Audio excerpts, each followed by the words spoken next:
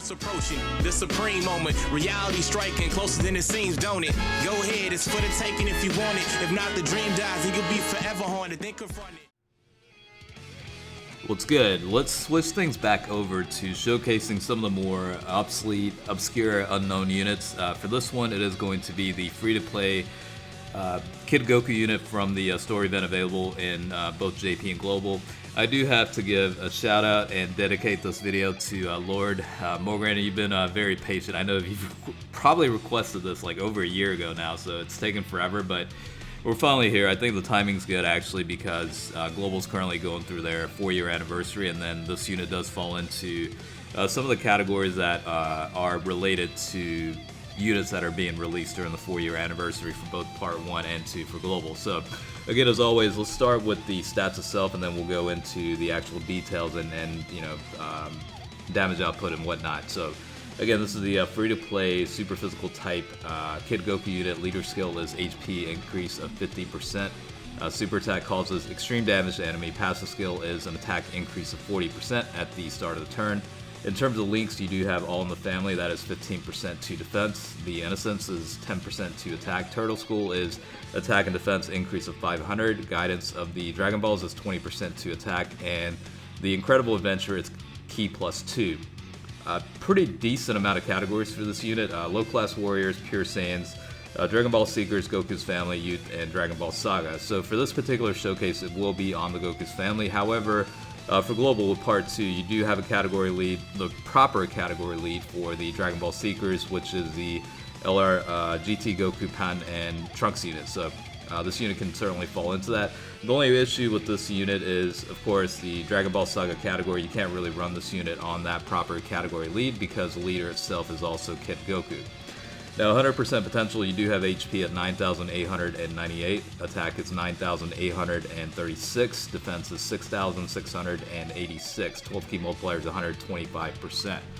And the super attack can be launched at 8 Ki when SA is 5 or more. So, not necessarily something you would look into in terms of, honestly, 100% potential for this unit. I think it's more or less a collection type unit, certainly a trophy type item to have in your deck, essentially. But now that we do have like a really nice Kid Goku unit in the game, you know, it's kind of this is one of those units that just kind of sits in the duster a little bit. But of course, you know, it is a free-to-play unit, so at some point people are going to be curious at how this guy is at 100% potential. So that's why we're here today.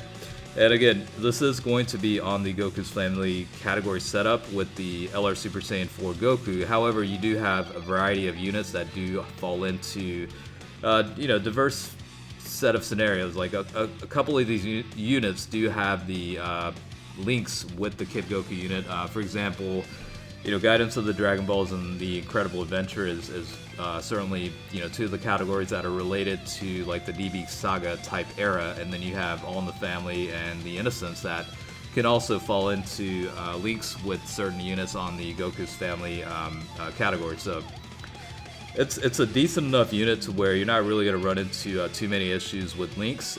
He will be linked up with the GT Pan unit for the most part because Pan provides a attack boost based on the super attack as well on top of the passive skill. So you'll see her on the rotation quite a bit, and then you'll see like LR Goku and Arale as well. You've got the LR B-Pan unit. I think Global should either have that available already or getting that in Part 2. I can't remember exactly, but LR B-Pan is a pretty good free-to-play unit. Certainly well worth the 100% potential in my opinion. Very good damage mitigator, HP recovery, you know, boosts allies attack with the active skill. So very good unit. I think the biggest thing is you know, damage reduction and HP recovery based on damage applied. So very good unit as well. You've got the LR Goku from the Super Battle Road reward. Of course, passive skill does increase the allies attack. The super attack, it's a little bit more difficult because you do have to get the 18 Ki in order to raise the allies attack based on the super attack. But at least from a passive standpoint, you do get a Ki boost and attack and defense increase. So pretty nice supporting type unit there as well. But honestly, don't expect a whole lot from this Kid Goku unit. It is a pretty old unit, and max level is 100.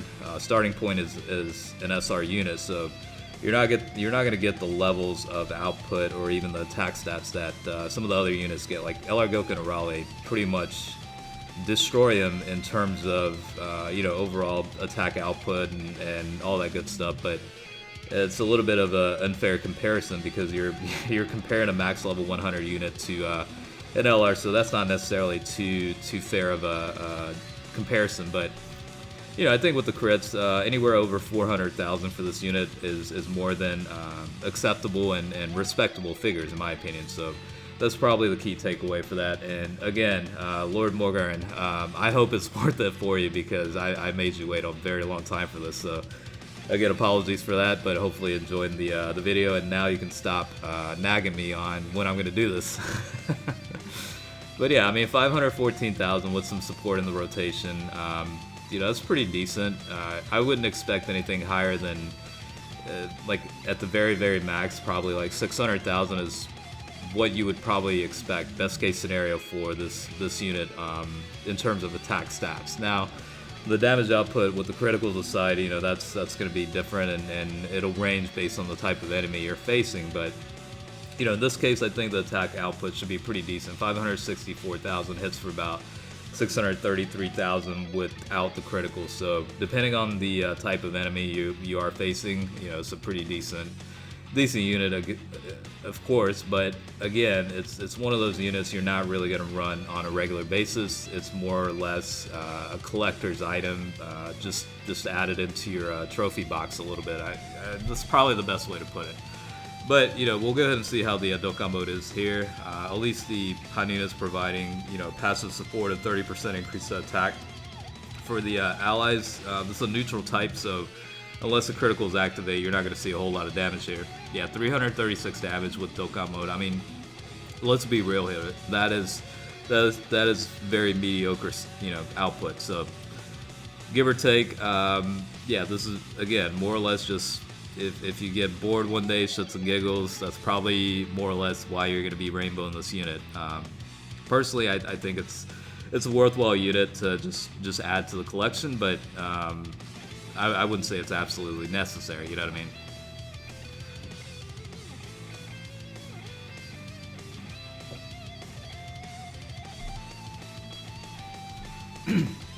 The Dragon Ball Seekers category that comes with Part 2 for Global, it's already out on JP obviously, but the LR Goku, LR GT, Goku Pan, and Trunks unit is the leader skill for the Dragon Ball Seekers category is pretty interesting. It does add a lot of different flavors for a variety of type of units. Like some of the units that really lacked a decent category do have a category within that now. So, your team building options definitely do increase quite a bit. The two categories that are a little bit not as popular, but I kind of enjoy them as Dragon Ball Seekers and the Dragon Ball Saga. For those that have been around for a while or pretty much grew up with Dragon Ball, which is probably the majority of us, it's always nice to be able to see like the older units in Dokkan Battle, tested at the ideal category setup. It's always nice to be able to see that. Like I'm talking about like people that units that people don't typically run, like the Bulma, Bunny Bulma unit, the Intelligence Bulma unit, stuff like that. Those are the types of units that you don't really hear about too much that actually get a proper category now, and it's nice to be able to see that.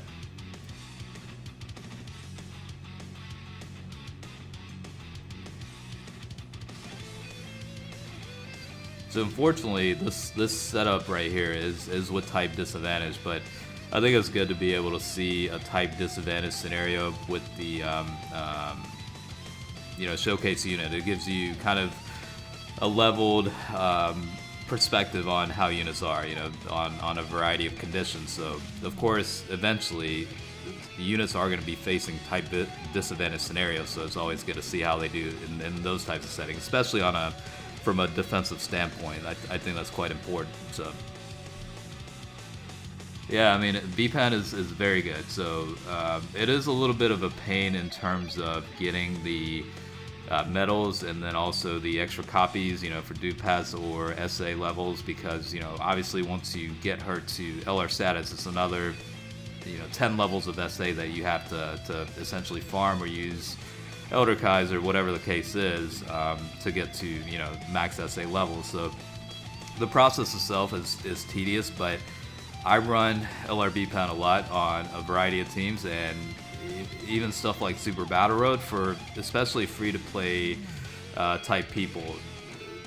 LRB Pan is going to make life a lot easier on a variety of conditions. Like Super Battle Road and Battlefield are essentially very good testing areas for that unit, because again, the damage mitigation, the HP recovery, you know, on top of, you know, the active skill of increasing allies attack by 33%, and, you know, I'm sure I'm missing a couple things here and there, but yeah, it's a very nice unit to have.